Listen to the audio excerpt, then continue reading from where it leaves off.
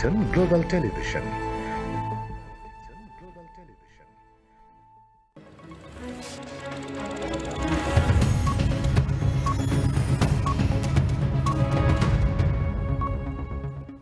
আমন্ত্রণ সংবাদ সারা দেশে আপনাদের সঙ্গে আছে আমি রাগিব রহমান। শুরুতে এই সংবাদ শিরোনাম। বন্যার পানি কমলেও দুর্ভোগে কুমিল্লার বন্যা কবলিতরা, সড়ক ভেঙে যায়, বিচ্ছিন্ন যোগাযোগ ব্যবস্থা, মানবেতর দিন কাটছে ফেনীবাসীর।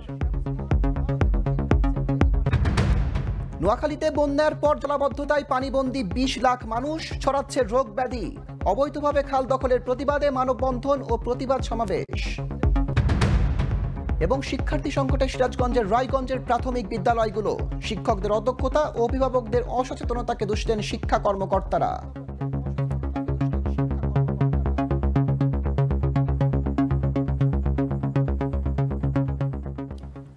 দেখছিলেন সংবাদ শিরোনাম, এবার বিস্তারিত।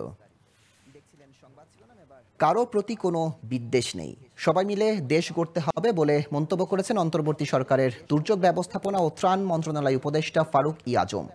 সকালে মিরসরাই উপজেলা পরিষদ মিলনায়তনে বন্যা পরবর্তী পরিস্থিতি নিয়ে মতবিনিময়কালে তিনি এসব কথা বলেন। তিনি আরও বলেন, দেশে কাজ করার পরিবেশ তৈরি হয়েছে, কেউ বলতে পারবে না কাজ করার সুযোগ নেই। মতবিনিময় সভায় উপস্থিত ছিলেন উপজেলা নির্বাহী কর্মকর্তা মাহফুজা জেরিন, সেনাবাহিনী unit commander lieutenant colonel Al Mamun, সহকারী কমিশনার প্রশান্ত চক্রবর্তী, সহকারী পুলিশ সুপার মনিরুল ইসলাম সহ অন্য কর্মকর্তারা।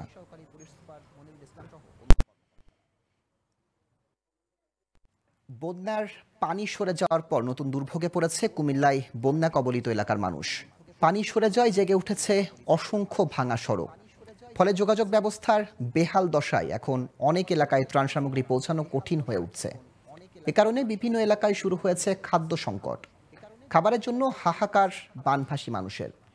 দূর থেকে ত্রাণবাহী নৌকা দেখলেই ডাকাডাকি করছে তারা। কুমিল্লা থেকে মোহাম্মদ সাইফুদ্দিন রনির তথ্যচিত্র ডেস্ক রিপোর্ট। স্মরণকালে ভয়াবহ বন্যায় ভেসেছিল কুমিল্লা, তাই অসহায় বন্যা দুর্গতদের সাহায্যে হাত বাড়িয়ে দেয় লাখো মানুষ। রাজধানী সহ দেশের বিভিন্ন এলাকা থেকে এখনো ত্রাণ সামগ্রী হিসেবে চাল, ডাল সহ শুকনো খাবার নিয়ে যাচ্ছেন তারা। কিন্তু বন্যায় পানি নেমে গেলেও দুর্গত এলাকায় এখনো রান্না করার পরিস্থিতি তৈরি হয়নি, তাই শুকনো খাবারের চেয়ে রান্না করা খাবার বেশি প্রয়োজন তাদের। এমনটাই বলছেন ত্রাণ সামগ্রী নিয়ে আসা বিভিন্ন স্বেচ্ছাসেবী সংগঠনের প্রতিনিধিরা। এখন যেহেতু বন্যার পানি নেমে গেছে, এখনো তারা বাড়িতে পুরোপুরি যেতে পারে না বা রান্নার পরিবেশ এখনো হয়নি, তাদের জন্য রান্না করা খাবারটা এই মুহূর্তে খুব জরুরি। একটু খাবার আমরা সাথে পানি দেওয়ার চেষ্টা করছি। চিরা মুড়ি বাদ দেন, যা দিয়েছেন শুরুর দিকে দিয়েছেন, কুমিল্লায় পর্যাপ্ত পরিমাণ আছে, আর কোনোভাবে দরকারই নাই, শুধু খাবার তৈরি করে আপনারা আনেন। বন্যার পানি নেমে যাওয়ার পরও ঘরবাড়িতে কাদা জমে থাকায় রান্না করতে পারছেন না বন্যার্তরা। তাই এতদিন যারা শুকনো খাবার নিয়ে গিয়েছিলেন তারা এখন রান্না করা খাবার নিয়ে যাচ্ছেন। আমার বাড়িতে একদম পানি, আমরা মাল সামানও বাইর করতে পারছি না। আপনারা দিতে আসেন, আমরা খাইতে আসি। অসুস্থ যারা তারা ভাড়াই দিই অন্য খানো। এই এমনি গ্রামে গ্রামে যারা দেয় আনফেরার মতন এই খানা ভাড়া আর যেটা নিয়ে স্কুল বিলে লই যায় ওইটা লুটতরাজ করে।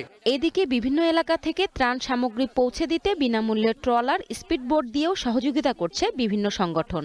প্রশাসন বা এই এলাকাবাসী এইরকম যাতে কাকুলি ফাউন্ডেশনের মতো সবাই যেন এসে এভাবে নৌকা বা ট্রলারের এই সাপোর্ট গুলা দিলে আমার মনে হয় আরো বেশি করে সবাই এই সাহায্য সহযোগিতা করতে পারবে। 22 আগস্ট কুমিল্লার বুড়িচং উপজেলার বুড়বুড়িয়া গ্রামে গোমতীর প্রতিরক্ষা বাঁধ ভেঙে যায়, ফলে প্লাবিত হয় বেশ কয়েকটি উপজেলা। এছাড়া ব্রাহ্মণপাড়ার বাগদা, শালদা নদী ও গুঙ্গন নদীর পার ভেঙে যায়। Global television news desk. এবারই প্রথম এমন ভয়াবহ বন্যা দেখল ফেনী জেলাবাসী। তাই বন্যার পানি নেমে গেলেও এখনো তাদের চোখে মুখে আতঙ্কের ছাপ। এরই মধ্যে বন্যায় ভেঙে গেছে ছাগলনাইয়া, ফুলগাজী, বসুরাম উপজেলার বিভিন্ন ইউনিয়নের টিন শেড ও মাটির ঘর। আর পাকা ঘরে পানি ঢুকে নষ্ট হয়ে গেছে সব আসবাবপত্র। স্থানীয়রা বলছেন, দ্রুত পুনর্বাসন করা না হলে মানবেতর জীবন কাটাতে হবে তাদের। ফেনী থেকে ডেস্ক রিপোর্ট। গেল বুধবার গভীর রাতে হঠাৎ উজান থেকে আসা ঢলে প্লাবিত হয় ছাগলনাইয়া, ফুলগাজী, পরশুরাম উপজেলা। প্রাণ বাঁচাতে সবাই এক কাপড়ে বেরিয়ে পড়েন আশ্রয়ের খোঁজে। শেষমেশ মাথা গোজার ঠাঁই মেলে একটি 3তলা মসজিদে। তীব্র স্রোতের কারণে বাড়ি থেকে কেউ কিছুই বের করতে পারেনি। নিম্নবিত্ত পরিবারগুলোর মাথা গোজার ঠাঁই, ঘর ছাড়া সব আসবাবপত্র পানিতে ভিজে নষ্ট হয়ে গেছে। অবশেষে বসতবাড়ির মায়া ছেড়ে তারা ঠাঁই নিচ্ছেন ফেনী শহরে। ঘর বাড়ি তো সব গেছে, হাঁস মুরগি, গরু ছাগল সব জলে লেগে থাকবো। আমার সবটুকু নিয়ে গেছে। আমার এক ছেলে, রুজি রোজগার নাই। আমি পাশের ঘরে আমার দেওরের ঘরে আছি এখন। ওরা আমাদেরকে আবাস সবকিছু দিয়ে 10 দিন রাখতেছে, আমাদের কিছু নেই। ঘর থেকে আমি কিছু বাইর করতে পারিনি। আমার ছেলে বাড়িতে ছিল না, আমি একলা কিছু বাইর করতে পারিনি। জেলা প্রশাসন বলছে বন্যায় ক্ষয়ক্ষতির পরিমাণ নিরূপণে কাজ চলছে, এজন্য ক্ষতিগ্রস্তদের তালিকা তৈরি করা হচ্ছে। পাশাপাশি চলছে ত্রাণ বিতরণ। আমরা সবগুলো উপজেলায় আমাদের যোগাযোগ ব্যবস্থা উন্নতি হয়েছে, আমাদের মোবাইল নেটওয়ার্ক চালু হয়েছে, বিদ্যুতের সংযোগও কিন্তু অনেক জায়গায় চলে আসছে। আস্তে আস্তে আমরা আমাদের সবগুলো সেবা চালু করতে পারছি। এদিক দিয়ে স্বাস্থ্য সেবা কেন্দ্রগুলো কিন্তু চালু হয়েছে। সরকারি বেসরকারি ভাবে আমাদের অনেক সেবা কেন্দ্র স্থাপন করা হয়েছে, সেখানে স্বাস্থ্য সেবা দেওয়া হচ্ছে। বন্যার ভয়াবহতা, ধ্বংসযজ্ঞ আর ক্ষয়ক্ষতি কাটিয়ে আবারও জনজীবনে ফিরবে প্রাণ, এমনটাই প্রত্যাশা ফেনীর বানভাসী মানুষের। Global television news desk. নোয়াখালীতে বন্যার পানি নেমে গেলেও 20 দিন ধরে জলাবদ্ধতায় পানিবন্দী আছেন 20 লাখ মানুষ। এরই মধ্যে এই পানি বিষাক্ত হয়ে ছড়াচ্ছে রোগব্যাধি। এ জেলায় ছোট বড় 23টি খাল থাকলেও প্রভাবশালীদের দখলে বিলীন হয়ে গেছে অস্তিত্ব। একসময় সব খাল ব্যবসা বাণিজ্যের জন্য নিরাপদ নৌপথ হিসেবে ব্যবহার হতো। বিভিন্ন জেলায় এবং এমনকি কলকাতা থেকেও বড় নৌকা ও সাম্পানে আসত পণ্য। এখন খাল দখলমুক্ত ও খনন করে স্থায়ী সমাধান চান নোয়াখালীবাসী। নোয়াখালী থেকে আবু রায়হান সরকারের তথ্য চিত্র ডেস্ক রিপোর্ট। এটি গ্লোবাল টিভির ক্যামেরায় নোয়াখালী সদর ও চৌমুহনী খাল দখলের চিত্র। কয়েকজন দখলবাজ খাল দখল করে তুলছে ঘর। এভাবেই দখল হয়ে গেছে শত বছরের সব খাল। এর মধ্যে রয়েছে নোয়াখালী খাল, ওয়াবদা খাল, ছাগলামারা ও মহেন্দ্র খাল সহ ছোট বড় 288টি খাল।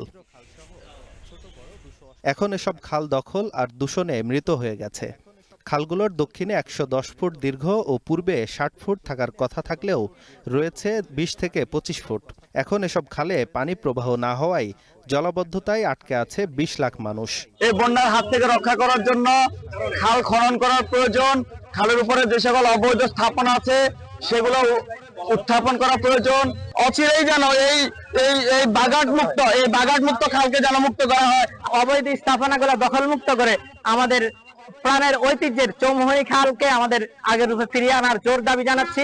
খাল ভরাটের কারণে পরিস্থিতি খুবই ভয়াবহ। এখন আমরা প্রশাসনের কাছে একটাই দাবি জানাচ্ছি যে খুব দ্রুত খালগুলো পরিষ্কারের ব্যবস্থা করার জন্য। নাগরিক সমাজের প্রতিনিধিদের অভিযোগ, প্রভাবশালী ও প্রশাসনকে ম্যানেজ করে এসব খাল দখল করা হয়েছে। তাই লোক দেখানো উচ্ছেদ অভিযান নয়, স্থায়ী সমাধান চান তারা। ময়লা আবর্জনার বাজার হয়ে গেছে সম্পূর্ণ চৌমুহনী পৌরসভা এলাকা। আমরা চাই ড্রেনেজ ব্যবস্থাগুলো সঠিকভাবে সচল করা হোক এবং যে পৌরসভার যে কাজগুলো, যে সেবা কাজগুলো, এই কাজগুলো যেন সুচারুভাবে সম্পূর্ণ করে।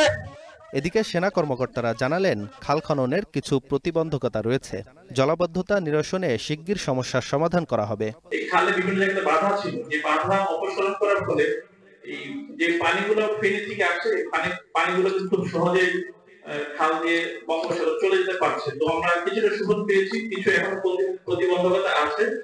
আমার মনে হয় পানি উন্নয়ন বোর্ডটা খুব শীঘ্রই অপসারণ করতে সক্ষম হবে, যেটা সম্ভবত কোম্পানিগঞ্জ একটা বাধা এখন রয়ে গিয়েছে। 23টি খাল দখল ও অবৈধ স্থাপনা মুক্ত করতে না পারলে আরও ভয়াবহ জলাবদ্ধতা ও বন্যা হবে বলে মনে করছে নোয়াখালীবাসী। Global television news desk. নোয়াখালীতে অবৈধভাবে খাল দখলের প্রতিবাদে মানববন্ধন ও প্রতিবাদ সমাবেশ করেছে এলাকাবাসী। সকালে নোয়াখালীর বেগমগঞ্জের চৌমুহনী বড়পোলের প্রধান সড়কে বেগমগঞ্জ নাগরিক ফোরামের ব্যানারে এই সমাবেশ হয়। সমাবেশে বেগমগঞ্জ নাগরিক ফোরামের আহ্বায়ক মোহাম্মদ শাহাবুদ্দিন বলেন, সম্প্রতি নোয়াখালীতে যে বন্যা হয়েছে সেটা প্রাকৃতিক বন্যা নয়, মানবসৃষ্ট বন্যা। নোয়াখালী খালসহ পুরো জেলায় প্রতিটি সরকারি খাল অবৈধভাবে দখল করেছে একটি অসাধু মহল। এদের চিহ্নিত করে আইনের আওতায় আনতে হবে, নইলে নোয়াখালীর মানুষের দুর্ভোগ কখনো যাবে না।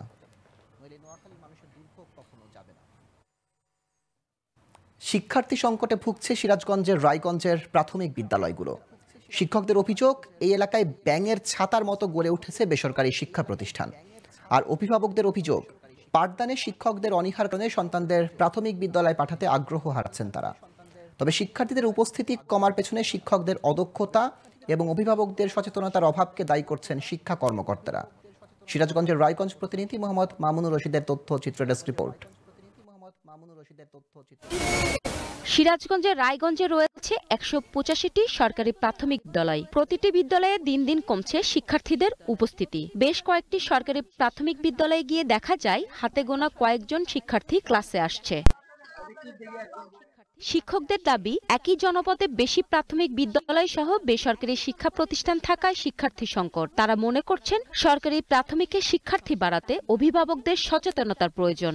আমাদের আশেপাশে বিভিন্ন ধর্মীয় স্কুলগুলা যেমন মাদ্রাসা, তারপরে হচ্ছে কিন্ডারগার্টেন, এই স্কুলগুলো মানে বাচ্চাদেরকে টানে বেশি। বাচ্চাদেরকে বিভিন্ন ধর্মীয় প্রতিষ্ঠানে ভর্তি করছে, আর বাচ্চারা ধর্মীয় প্রতিষ্ঠানে যাওয়ার কারণে সাধারণ শিক্ষার প্রতি তাদের এক ধরনের অনীহার সৃষ্টি হয়েছে।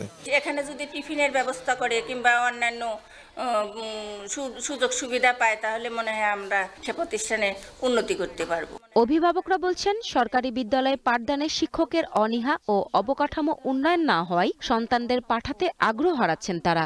শিক্ষকদের ওইরকম চাহিদা নাই, যার জন্য ছাত্ররা অন্য অন্য প্রাইভেট স্কুলে হয়তো ভর্তি হচ্ছে বা লেখাপড়া করতেছে। তদারকি না করার কারণে স্কুলে দিন দিন মনে করেন যে বাচ্চারা সবাই কেজি স্কুলের দিকে বাচ্চার অভিভাবকরা আগ্রহতা হইতেছে। ধর্মীয় শিক্ষা লাভ করতে হবে, পাশাপাশি সাধারণ শিক্ষা যেগুলা প্রাইমারিতে আমরা দিয়ে থাকি সেগুলা যদি নেয় তারা ভবিষ্যতে উন্নতি লাভ করবে। এদিকে মা সমাবেশ সহ বিভিন্ন কর্মসূচির মাধ্যমে এই উপজেলায় শিক্ষার্থীর উপস্থিতি বাড়াতে চান এই শিক্ষা কর্মকর্তা। বিশেষ করে আমাদের মায়েদের সাথে আমরা যোগাযোগ রক্ষা করে এবং সেখানে উপস্থিতি বৃদ্ধির জন্য আমরা প্রচারণা চালাচ্ছি। এতে করে আমাদের রায়গঞ্জ উপজেলাতে অনেক উপস্থিতি বৃদ্ধি পেয়েছে এবং আমরা আশা করব যে সামনের বছরে আমাদের আরো উপস্থিতি বৃদ্ধি পাবে এবং আমাদের লেখাপড়ার মান আরো উত্তরোত্তর বৃদ্ধি পাবে। রায়গঞ্জে প্রাথমিকে লেখাপড়া করছে কমপক্ষে 32,000 ছাত্রছাত্রী। প্রাথমিকে উপস্থিতি বাড়াতে প্রয়োজনীয় ব্যবস্থা নেবে কর্তৃপক্ষ, এমনটাই প্রত্যাশা স্থানীয়দের। Global television news desk. একটি বিরতি নিচ্ছি, ফিরে এসে অন্যান্য সংবাদের সাথে আরো থাকছে। নরসিংদীতে মাইক্রোবাস ট্রাকের মুখোমুখি সংঘর্ষে নারী ও শিশু সহ 4 জন নিহত। চট্টগ্রামের সীতাকুণ্ডে প্রাণ গেল বাবা ও মেয়ের।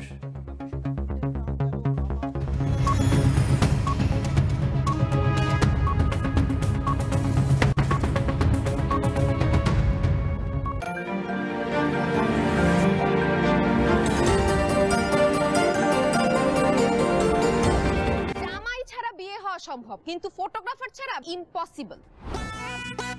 সাদির খাওয়ান তো গরুর মাংস, মুরগির মাংস, কাচ্চির মাংস খাচ্ছি। রোস্ট কিন্তু করতে হবে, খাবার দাবারে কোনো ছাড়ই দেওয়া যাবে না। ফিরনি এটা কিন্তু দিতে হবে, কম খরচ কোন।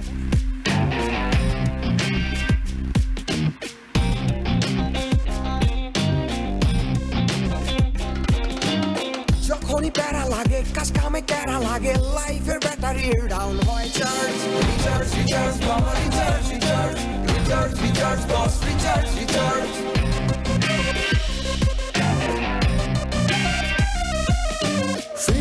ফিল নাও দাও বকুড়াল, রঙের দুনিয়া নাচে উথাল পাথাল, চুমুকে চুমুকে ঝাঁকি হব মহারাজ, যা কিছু মন চায় সব হবে আজ। রিচার্জ রিচার্জ সোনা recharge recharge recharge recharge boss recharge recharge. Royal Tiger, recharge yourself. Feel now, উড়ালদা।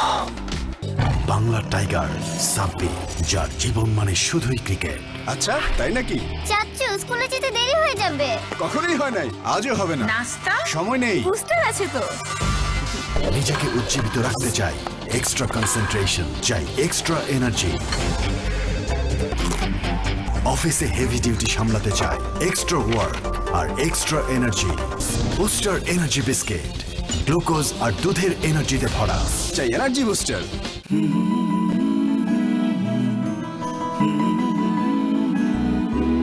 রোদ্দুর মাখা ঝলসানো দিন, যখন সময় থমকে যায়, হঠাৎ তুমি ঝড় হয়ে এলে আমার দু চোখ চমকে চায়। ফিজা ফিজা ফিজা ফিজা, হোক যত হোক তাপতাপ, জীবনের রঙে স্বপ্নের ছাপ, তুমি ভরসা মেঘে বর্ষা, তৃষ্ণা এলে ফিজা ফিজা ফিজা ফিজা ফিজা। এই এই সময় চকোবাইটস শেয়ার না করে খাওয়া যায় না।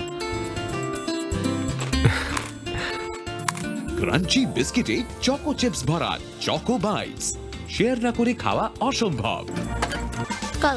ওকে, কাল দেখা হচ্ছে কিন্তু। চলতে চলতে যদি মন খালি, সঙ্গে রঙিন থাক ম্যাঙ্গোলি, ম্যাঙ্গোলি ম্যাঙ্গোলি ম্যাঙ্গোলি। পথের টানতে যদি পথ ফুরোয়, আমের সেরা স্বাদে মন জুড়োয়। খুশিতে হাসি মান হাততালি, সবার কমন ফ্রেন্ড ম্যাঙ্গোলি। পাকা আমের সেরা স্বাদে ম্যাঙ্গোলি। এই সময় চকোবাইটস শেয়ার না করে খাওয়া যায় না। ক্রাঞ্চি বিস্কিটে চকো চিপস ভরা চকো বাইটস, শেয়ার না করে খাওয়া অসম্ভব। ওকে, কাল দেখা হচ্ছে কিন্তু।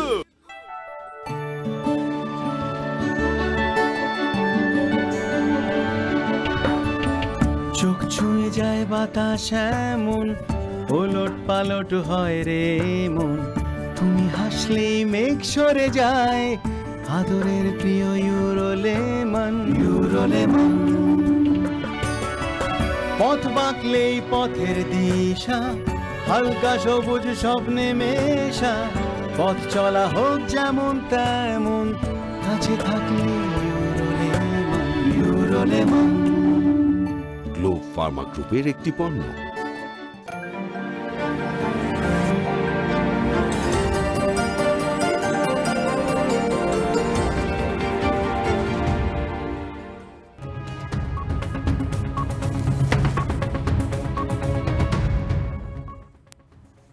আবার আমন্ত্রণ সংবাদ সারা দেশে। নরসিংদীতে মাইক্রোবাস ট্রাকের মুখোমুখি সংঘর্ষে নারী ও শিশুসহ 4 জন নিহত হয়েছে। শনিবার রাতে ঢাকা সিলেট মহাসড়কের দগরি এলাকায় এই দুর্ঘটনা ঘটে। নরসিংদী ফায়ার সার্ভিসের স্টেশন ইনচার্জ মোহাম্মদ রাইহান জানান, খবর পেয়ে কামরুন নাহার, তানজিনা, সাবিহা ও সাজিদ নামে 4 জনের মরদেহ উদ্ধার করা হয়। গুরুতর আহত অবস্থায় আর 4 জনকে উদ্ধার করে নরসিংদী জেলা হাসপাতালে পাঠানো হয়েছে। হাসপাতালের জরুরি বিভাগের চিকিৎসক রাকিব আসকারী জানান, উন্নত চিকিৎসার জন্য তাদের পাঠানো হয়েছে ঢাকা মেডিকেল কলেজ হাসপাতালে। নিহতরা নরসিংদীর রায়পুর উপজেলার চরসুবুদ্ধি ইউনিয়নের আব্দুল্লাপুর গ্রামের বাসিন্দা। চট্টগ্রামের সীতাকুণ্ডে ঢাকা চট্টগ্রাম মহাসড়কের সলিমপুর ইউনিয়নে মোটরসাইকেল দুর্ঘটনায় বাবা ও মেয়ের মৃত্যু হয়েছে। আউলিয়া হাইওয়ে থানার অফিসার ইনচার্জ খোকন চন্দ্র ঘোষ জানান, শনিবার সন্ধ্যায় মোটরসাইকেলে 2 মেয়েকে নিয়ে বাড়িতে ফেরার পথে ফৌজদারহাট এলাকায় আসলে ট্রাকের সাথে মোটরসাইকেলের ধাক্কা লাগে। এ সময় ট্রাকের চাকায় পিষ্ট হয়ে ঘটনাস্থলে মারা যায় বাবা। এ সময় 2 মেয়ে গুরুতর আহত হয়। পরে স্থানীয়রা উদ্ধার করে চট্টগ্রাম মেডিকেল কলেজ হাসপাতালে নিয়ে গেলে চিকিৎসাধীন অবস্থায় ছোট মেয়ে মারা যায়। আশঙ্কাজনক অবস্থায় বড় মেয়ে হাসপাতালে চিকিৎসাধীন রয়েছে। মেহেরপুরের গাংনীতে নিয়ন্ত্রণ হারিয়ে মোটরসাইকেল চালক নোমান নামের এক যুবকের মৃত্যু হয়েছে। সকালে অলিনগর গ্রামে দুর্ঘটনা ঘটে। গাংনী থানার ওসি তাজুল ইসলাম জানান, নোমান মোটরসাইকেল নিয়ে দ্রুত গতিতে যাওয়ার সময় মেহেরপুর কুষ্টিয়া সড়কের অলিনগরের কাছে নিয়ন্ত্রণ হারিয়ে ফেলে। এ সময় রাস্তায় বালির স্তূপের উপর ছিটকে পড়ে। পরে বামন্দি ফায়ার সার্ভিস ও সিভিল ডিফেন্সের কর্মীরা উদ্ধার করে গাংনী উপজেলা স্বাস্থ্য কমপ্লেক্সে নিয়ে গেলে কর্তব্যরত চিকিৎসক তাকে মৃত ঘোষণা করেন। মরদেহ মেহেরপুর জেনারেল হাসপাতাল মর্গে পাঠানো হয়েছে।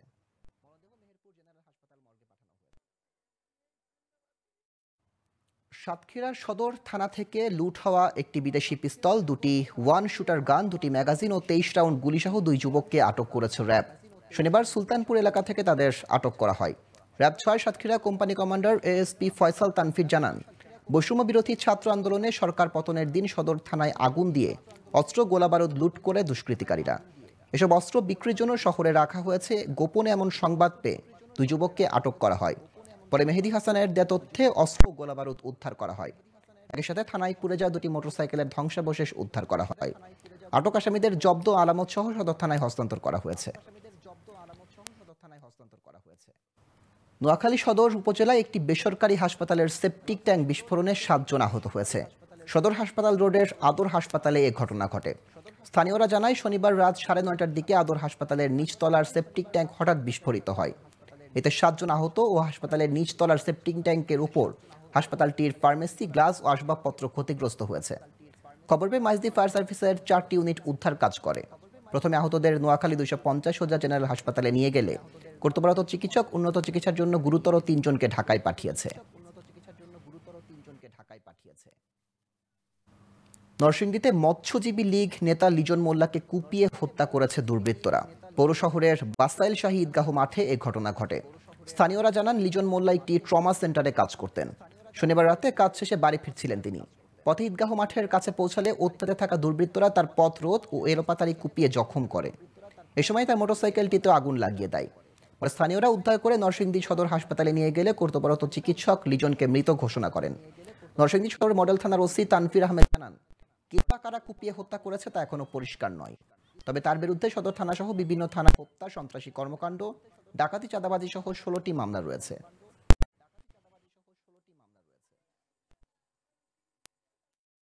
নওগাঁর বদলগাছি থেকে আফরোজা বেগম নামে এক বৃদ্ধার গলাকাটা মরদেহ উদ্ধার করা হয়েছে। শনিবার সন্ধ্যায় নয়নশহর গ্রাম থেকে মরদেহটি উদ্ধার করে পুলিশ। বদলগাছি থানার ভারপ্রাপ্ত কর্মকর্তা মাহবুবুর রহমান জানান, খবর পেয়ে থানা পুলিশ মরদেহটি উদ্ধার করে ময়নাতদন্তের জন্য নওগাঁ 250 সোজা জেনারেল হাসপাতাল মর্গে পাঠায়। মরদেহের গলায় ধারালো অস্ত্রের চিহ্ন রয়েছে।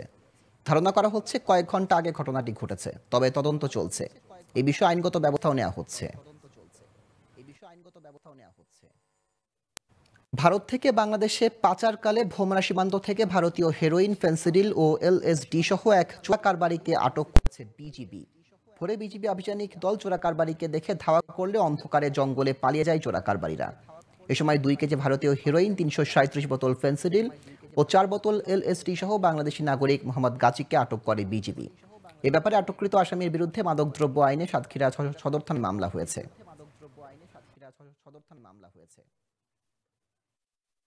পরিবহন সিন্ডিকেটের চাপে বন্ধ রয়েছে ময়মনসিংহের বিআরটিসির বাস সার্ভিস।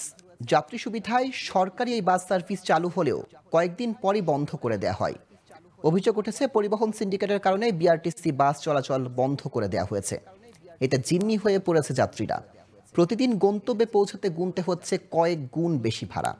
তাই আবারও চালুর দাবি নগরবাসীর। আর কর্তৃপক্ষ বলছে বাস চালুর জন্য নেওয়া হচ্ছে উদ্যোগ।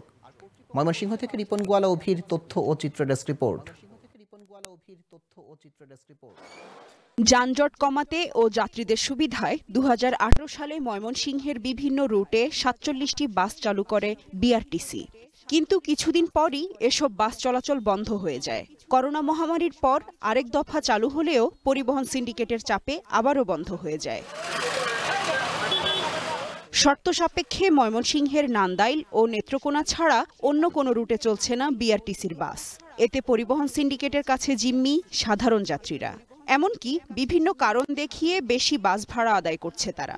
অন্য বাসে আপনার একটা ডাবল, এরপর এই বাস দুজি বদ্ধ হয়ে যায়, জনগণের আপনার খুবই কষ্ট হয়। বিভিন্ন গুন্ডা বাহিনী দিয়ে, মাস্তান দিয়ে এবং যারা বাস থেকে চাঁদাবাজি করে তাদেরকে দিয়ে এই বিআরটিসি বাসগুলো ভেঙে রাষ্ট্রীয় সম্পত্তি ধ্বংস করে এটার মধ্যে আমাদের বাস যাতে চলাচল করতে না পারে তারা বাধা সৃষ্টি করত। আমরা যখন গাড়ি নিয়ে যাচ্ছি দেখা গেছে তাদের ওভারটেক করার সময় তারা আমাদেরকে চাপ দিত, এরকম চাপ দিত যে আমাদের ব্রেক করা ছাড়া আমাদের উপায় ছিল না। তাদের গায়ের জোর বলবো আমি, এটা গায়ের জোরেই কিন্তু এই বিআরটিসি বাসগুলো চালু হচ্ছে না। চালু হওয়ার একমাত্র কারণ হলো মালিক নেতৃবৃন্দ এবং শ্রমিক নেতৃবৃন্দ। আমরা যারা মধ্যবিত্ত শ্রেণীর যাত্রী আছি তাদের জন্য আশীর্বাদ ছিল আর কি বিআরটিসিটা। আমরা চাই অতি দ্রুত বিআরটিসি বাস চালু আবার চালু হয়। রাষ্ট্রীয় এই সম্পদ বাঁচাতে ও যোগাযোগ ব্যবস্থা সহজ করতে শিগগির বিআরটিসির বাস চালুর দাবি জানান নিরাপদ সড়ক চাইয়ের এই নেতা। সরকারের দৃষ্টি আকর্ষণ করছি, ময়মনসিংহের যে বিআরটিসির বাস ডিপোটা আছে এখান থেকে ময়মনসিংহের আঞ্চলিক সড়কগুলোতে এবং জেলা সদরগুলোর সঙ্গে একটা নেটওয়ার্ক অতি দ্রুত তৈরি করা হোক। মানুষ অল্প পয়সায় নির্বিঘ্নে বিআরটিসিতে ভ্রমণ করতে পারবে। কর্তৃপক্ষের সাথে আলোচনা করে বন্ধ থাকা বাস আবারও চালুর উদ্যোগ নেওয়া হয়েছে বলে জানান বিআরটিসির এই কর্মকর্তা। অবশ্যই আছে, আমি কর্তৃপক্ষের সাথে আলোচনা করে কর্তৃপক্ষ চিন্তা করলাম ইনশাল্লাহ গাড়ি আমরা অবশ্যই ইনশাল্লাহ। যাত্রীদের নিরাপদ ও সাশ্রয়ী ভ্রমণ নিশ্চিতে প্রয়োজনীয় ব্যবস্থা নেবে সংশ্লিষ্ট কর্তৃপক্ষ, এমনই প্রত্যাশা ময়মনসিংহবাসীর। Global television news desk. শেষ করছি সংবাদ সারা দেশ। এর আগে শিরোনামগুলো জানাবো আরো একবার। বন্যার পানি কমলেও দুর্ভোগে কুমিল্লার বন্যা কবলিতরা। সড়ক ভেঙে যায়, বিচ্ছিন্ন যোগাযোগ ব্যবস্থা, মানবেতর দিন কাটছে ফেনীবাসীর। নোয়াখালীতে বন্যার পর জলাবদ্ধতায় পানিবন্দী 20 লাখ মানুষ, ছড়াচ্ছে রোগ ব্যাধি। অবৈধভাবে খাল দখলের প্রতিবাদে মানববন্ধন ও প্রতিবাদ সমাবেশ। এবং শিক্ষার্থী সংকটে সিরাজগঞ্জের রায়গঞ্জের প্রাথমিক বিদ্যালয়গুলো, শিক্ষকদের অদক্ষতা ও অভিভাবকদের অসচেতনতাকে দুষলেন শিক্ষা কর্মকর্তারা।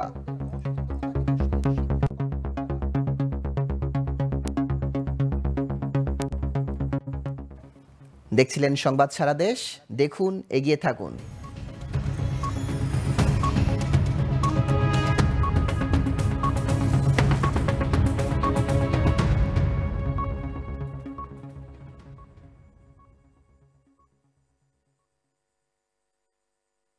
দর্শক, আমি ক্লিনিক্যাল ডায়েটিশিয়ান নুসরাত জাহান দীপা।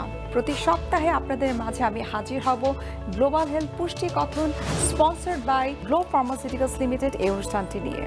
একজন ল্যাকটেটিং মাদার আসলে সারা দিনের খাদ্য তালিকাটা আসলে কতটুকু হওয়া উচিত? আগে যদি মা একটি ডিম খেতেন, তার পাশাপাশি 2টা ডিমের সাদা অংশ একটু স্যুপের সাথে অ্যাড করে ওনাকে দেওয়া যায়।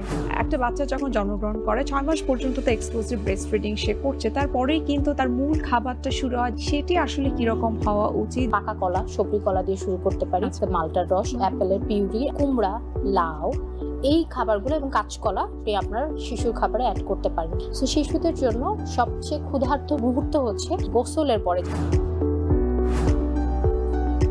ফাস্ট ফুড আইটেমের প্রতি একটু ক্রেভিং থাকে বেশি। শুরু থেকে বাচ্চার ফুড হ্যাবিট এমন ভাবে আপনি ইনক্রিজ করেন যেটা বাচ্চা আসলে তার লার্নিংটাও হয়ে যাবে এবং তার সে গুড ফুড হ্যাবিটও তৈরি হয়ে যাবে। আমি সবসময় বলি ডিনারটা সবসময় 6:30 থেকে 7টা, সর্বোচ্চ 7:30টার মধ্যে করার জন্য। সেই শিশুর পুষ্টিটা কিন্তু শুরু হয় কিন্তু শিশুটা যখন মায়ের গর্ভে থাকে। হ্যাঁ, একজন কিশোরী বা কিশোর ওই বয়সে তার যা খাওয়া প্রয়োজন, তার যে ধরনের পুষ্টি প্রয়োজন, সেটা যদি এনশিওর করা যায় তাহলে কিন্তু পরবর্তী সময় গিয়ে দেখা যাবে যে যখন মা হবে তখন তার জন্য অনেক সহজ হবে। প্রিয় দর্শক, আমরা সবসময় চেষ্টা করব পুষ্টি বিষয়ক নানা সমস্যার সমাধান আপনাদেরকে দিতে, এবং সেই জন্য আমাদের সঙ্গে থাকবেন একজন অভিজ্ঞ পুষ্টিবিদ। সুতরাং সবসময় চোখ রাখুন গ্লোবাল টেলিভিশনের পর্দায়। পুষ্টি বিষয়ক অনুষ্ঠান গ্লোব বায়োটেক নিবেদিত গ্লোবাল হেলথ পুষ্টি কথন, প্রযোজনা ইমরান আলী। দেখবেন শনিবার সন্ধ্যা 6টায়। সবাইকে আমন্ত্রণ জানাচ্ছি গ্লোবাল টেলিভিশনের উইকলি প্রোগ্রাম টেক ক্লিকে। অনুষ্ঠানটি সাজানো হয়েছে সায়েন্স অ্যান্ড টেক